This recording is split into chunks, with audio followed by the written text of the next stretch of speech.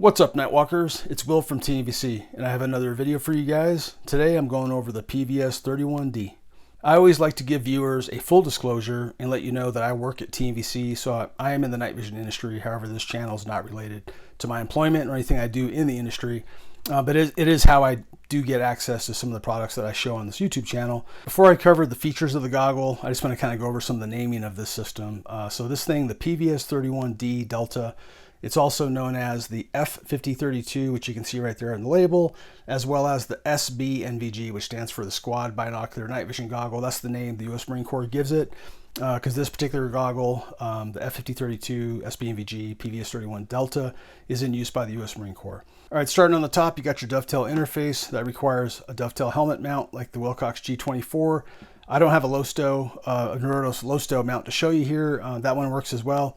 In fact, the Neurotos low stow, the U.S. Marine Corps variant, that's the actual helmet mount that the Marines use for this particular night vision goggle. That's the one I'd go with personally if you're going to buy this one, just because, you know, it is the SBNVG. So why not get the U.S. Marine Corps mount that they use with it at the same time? We do sell those mounts at TVC. If you look under the Neurotos listing, it's going to be the low stow USMC variant. That's the one that they use. Next up, you got your battery pack, remote battery pack connector port right here. So you got this rubber cap that protects it because it is vertically mounted, sticking straight up. So, you know, gravity, water, whatever can get inside there. So it's really important to keep that cap on there.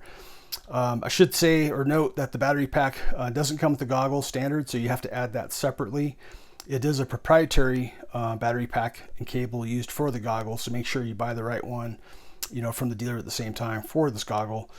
Next up, you got your IPD stops. That's these two knobs here on both sides. I won't go into a whole lot of detail on IPDs. I think everybody knows what they are, but basically you got your IPD stops. They're integrated. They function just like the PVS-31As do, where you turn the knobs, it pushes the screws in, which then make contact on the bridge. If you don't want to use them, you just back them out all the way so they can't touch the bridge, and then you're good to go there. Next item, you got your power switch right here on the front.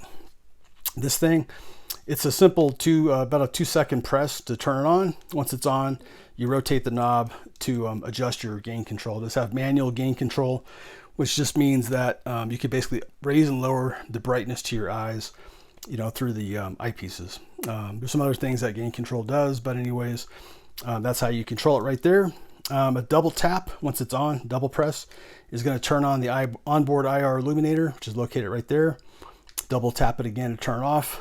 This window is just a light sensor, so in highlight conditions, if you have the system turned on, it's too bright, it'll turn off the system for you, so you don't damage the image intensifiers. You could also use this knob to program the goggle. So for example, probably the most common programming feature of this thing, the goggle is designed so when you flip it up on your helmet with the helmet mount, it'll just the way it comes standard, it's going to go into a standby mode where the tubes turn off, and when you flip it back down, they turn back on automatically.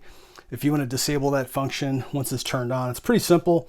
It's just a rotate, one click, and rotate again. And then when you're looking through the eyepieces, you'll see a red light flashing. That'll indicate that it's turned off. And that way, when you flip it up, the tubes stay turned on. You flip it back down, there's no delay or anything. As well as if you're doing some funky stuff position-wise, they're not going to turn off on you accidentally. To turn it back on, all you got to do is turn off the goggle, turn it back on. It automatically just kind of resets itself. And so if you want to enable the feature again, you just got to repeat the programming cycle. Underneath it, it uses a single AA battery to power it. On board, you know, if you use a remote battery pack, you can also keep the onboard battery in there at the same time for redundant power supply. So you got that feature there. On the back of it, you got these lanyard loops located right here. These little ears sticking off. See the holes? That's where you can connect hooks. You can put a split ring in there to connect, if you got like an Ops Corps helmet, the newer ones with the mini carabiners, you can clip those onto there as well. In fact, the carabiners will probably click right in there just as it is right there by itself. Now, one thing that's kind of neat that they do is they have an integrated bikini cap system where the lens covers, you can see right here how they attach to the pods.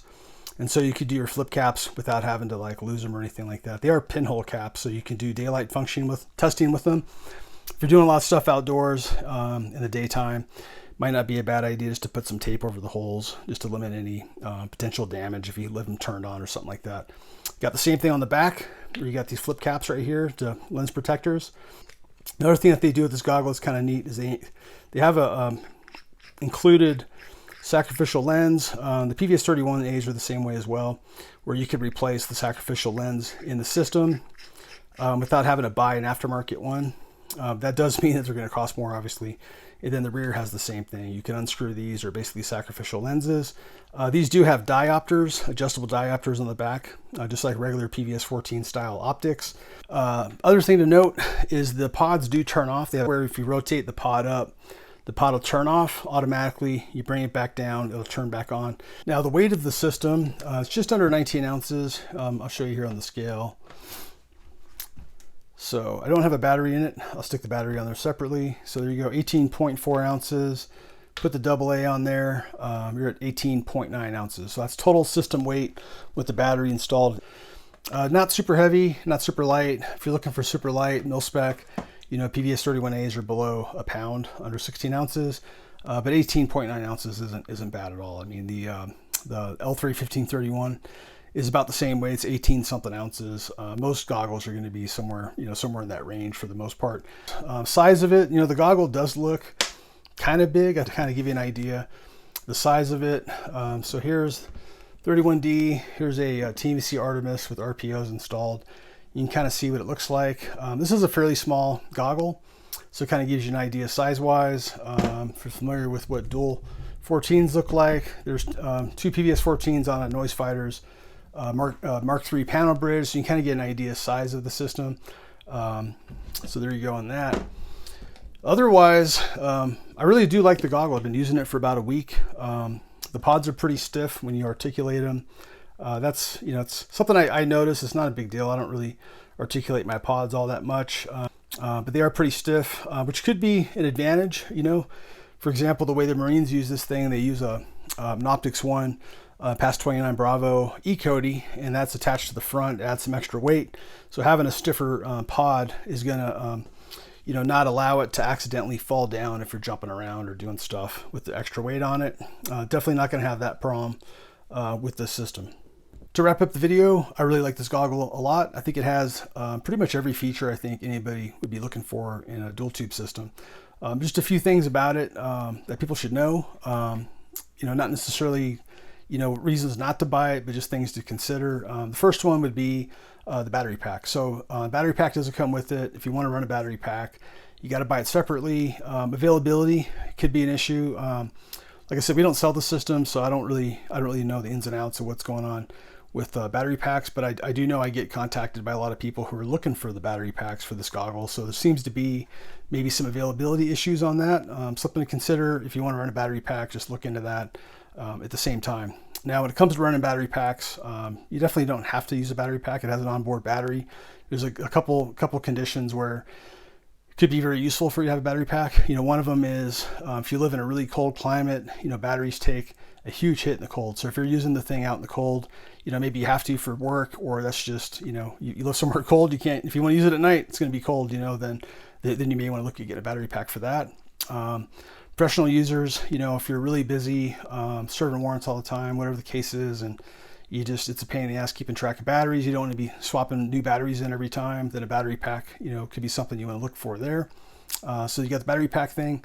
The next thing is just know that, you know, these only come with the Elbit thin film white phosphor tubes. I mean, they're really good tubes. So I'm not saying that in a bad way, but you do have limited tube options. Then as well, kind of piggybacking on that, is these factory systems like this that come assembled from Elbit systems with the tubes installed. You know, the manufacturers, they don't always match the tubes to the same requirements that that seems like most retail customers expect.